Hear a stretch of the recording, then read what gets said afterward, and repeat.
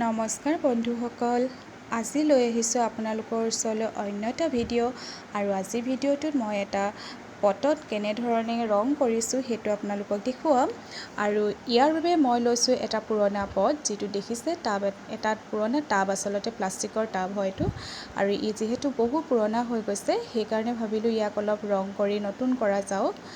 আৰু এয়া গছজোপা দেখিছে, ফুল গছজোপা। এই ফুল গছজোপা মই কাটিং কৰিও লগাইছোঁ। আচলতে কি জানানে, মই নাজানিছিলোঁ বহুত দিনলৈকে যে এই গছজোপাৰ কাটিঙো আচলতে হয়। আৰু মই বহুত দিনৰ পাছতহে ইয়াৰ কাটিং কৰি মই ইয়াৰ পৰা পুলি উলিয়াবলৈ সক্ষম হৈছোঁ। আগতে আচলতে মই এই গছজোপাৰ পুলি যিমান ওলায়, সেই পুলিবোৰৰ পৰাই আকৌ বেলেগ পটত লগাই মই ইয়াৰ বংশ বৃদ্ধি কৰাইছিলোঁ। আৰু কিন্তু এতিয়া মই ভাবিলোঁ যে এদিন কাটিং কৰি চাওঁচোন, কিজানি হয়ে বা। এইটো আচলতে মই এক্সপেৰিমেণ্টহে কৰিছিলোঁ ইয়াৰ ওপৰত, আৰু মই সেই ক্ষেত্ৰত ছাকচেছো হ'লোঁ। নাজানিছিলোঁ বাৰু যে কাটিঙৰ দ্বাৰাও হয়। আৰু মাজে মাজে ইয়াত মই কেতিয়াবা ধূপ জ্বলাওঁ। বেলকনিত আছিলে ফুলজোপা, আৰু সেয়ে ইয়াত ধূপৰ কাঠি দেখিছে, আৰু দুই এখিলা বেলেগ ফুলৰ পাতো দেখিছে। আৰু এইজোপা একেবাৰে সৰু গছ নহয়, ই অকণমান ডাঙৰেই গছজোপা। ভিডিঅ'টোত দেখিবলৈ অকণমান সৰু নিচিনা লাগিছে, কিন্তু আচলতে ইমান সৰু নহয়। এই গছজোপা মোৰ খুব প্ৰিয়। মই এতিয়া পুৰণা এই প্লাষ্টিকৰ টাবটোত আচলতে পাৰ্পল কালাৰ ব্যৱহাৰ কৰিছোঁ। প্ৰথমতে মাজৰ টাবটোত 3টা খাপ আছে, আৰু এনেকুৱা টাব বহু মানুহৰ ঘৰতে মই দেখিছোঁ, 3টা খাপেই প্ৰায় থাকে। আৰু সেইকাৰণে মাজৰ যিটো খাপ আছিলে তাত মই পাৰ্পল কালাৰ ব্যৱহাৰ কৰিছোঁ। আৰু এই পাৰ্পল কালাৰটো ব্যৱহাৰ কৰোঁতে মই দেখিছে এডাল ফ্লেট ব্ৰাছ ব্যৱহাৰ কৰিছোঁ, আৰু এই ফ্লেট ব্ৰাছডালৰ নাম্বাৰ হৈছে 14। আপোনালোকে এনেধৰণৰ ডাঙৰ ডাঙৰ টাববিলাকত ৰং দিবলৈ লওঁতে যিমান পাৰে ডাঙৰ ব্ৰাছ যদি ব্যৱহাৰ কৰে, তেতিয়াহ'লে খুব সোনকালে হয় আৰু ৰংটো সম পৰিমাণে লাগে। সৰু ব্ৰাছডাল ব্যৱহাৰ কৰিলে ক'ৰবাত অকণমান বেছি হৈ পৰে, ক'ৰবাত অকণমান কম হৈ পৰে, মিলাওঁতে অকণমান কষ্টও হয় ডাঙৰ ঠাইত। সেইকাৰণে পৰাপক্ষত ডাঙৰ ব্ৰাছ ব্যৱহাৰ কৰিলে সুবিধা হয়। আপোনালোকে নিজৰ কথা, কেনেধৰণৰ ব্ৰাছ আপোনালোকে লয়, পৰাপক্ষত ফ্লেট ব্ৰাছডাল ল'বলৈ চেষ্টা কৰিব। এনেধৰণে মই গোটেই পটটোতে ফিল আপ কৰিম কালাৰটো মাজৰখিনিত। আৰু এনেধৰণে এয়া মই ৰাতি ব্যৱহাৰ কৰিছোঁ যিহেতু, সেইকাৰণে ভিডিঅ'টো দেখি চাগে গম পাইছে ৰাতি হৈ আছে। মানে লাইটৰ পোহৰত কৰিছোঁ, সেইকাৰণে অকণমান কালাৰটো বেলেগ লাগিছে।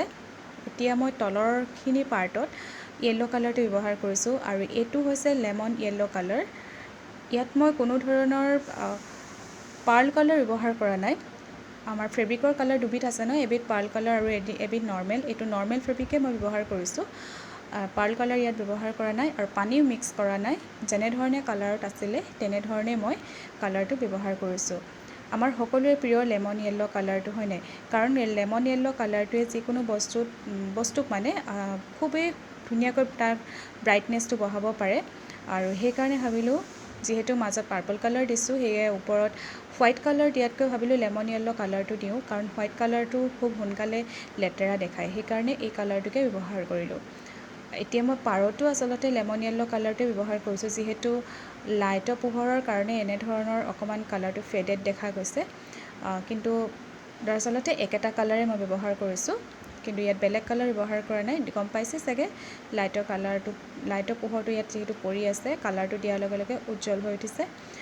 আৰু এনেধৰণে গোটেই পাৰটোত সম পৰিমাণে ডাঙৰ ব্ৰাছডালেৰে মই দিছোঁ। আৰু এতিয়া ব্যৱহাৰ কৰা ব্ৰাছডাল কিন্তু 14 নম্বৰ নহয়, এতিয়া ওপৰত ব্যৱহাৰ কৰা ব্ৰাছডাল আছিলে 8 নম্বৰ। আৰু মাজৰ যিকণ পাৰ্পল কালাৰ আছিলে, সেই পাৰ্পল কালাৰটোত মই মানে এনেই সৰু সৰুকৈ বৰফি আকাৰত, একেবাৰে সমান চাইজৰ বৰফিও অঁকা নাই, কিন্তু ফ্লেট ব্ৰাছডালেৰে মই তেনেধৰণে আঁকিবলৈ যত্ন কৰিছোঁ। আৰু এনেধৰণে আঁকিলে এনেই আৰু এটা ডিজাইন দিওঁ বুলি ভাবিলোঁ, এনেই থকাতকৈ খালী অংশটো, সেইকাৰণে এনেধৰণৰ ডিজাইন এটা দিলোঁ। আপোনালোকে বেলেগ বেলেগ ডিজাইনো দিব পাৰে। ভাবিছোঁ মোৰ পুৰণা টাবখিনি মই এনেধৰণেই মানে ৰং কৰি কৰি তাৰ ডিজাইনটো মানে অকণমান সলনি কৰিম বুলি, ৰং কৰি দিম, অকণমান নতুনত্ব দেখা যাব নহয় জানো। আৰু আপোনালোকৰ লগতো শ্বেয়াৰ কৰিম। আৰু এনেধৰণে দুবাৰ মই কালাৰ ব্যৱহাৰ কৰিছোঁ, কাৰণ এবাৰত যিহেতু তলত পাৰ্পল কালাৰ আছে, সেইকাৰণে এবাৰত আচলতে কালাৰটো সম্পূৰ্ণ ডাৰ্ককৈ লাগি নাই যোৱা, সেইকাৰণে ইয়াত মই দুবাৰ ব্যৱহাৰ কৰিছোঁ। আৰু এইখিনি সৰু সৰুকৈ বৰফি আকৌ পুনৰবাৰ আঁকি দিছোঁ। এনেধৰণে মানে ডিজাইনটো মই দিবলৈ যত্ন কৰিলোঁ। আপোনালোকে কেনেকুৱা পালে মোক কমেণ্টছত জনাবচোন বাৰু। গোটেইখিনিতে আচলতে ফিল আপ কৰা হৈছে, গোটেই মানে মাজৰ অংশখিনিত মই এনেধৰণে ফিল আপ কৰিয়ে দিছোঁ।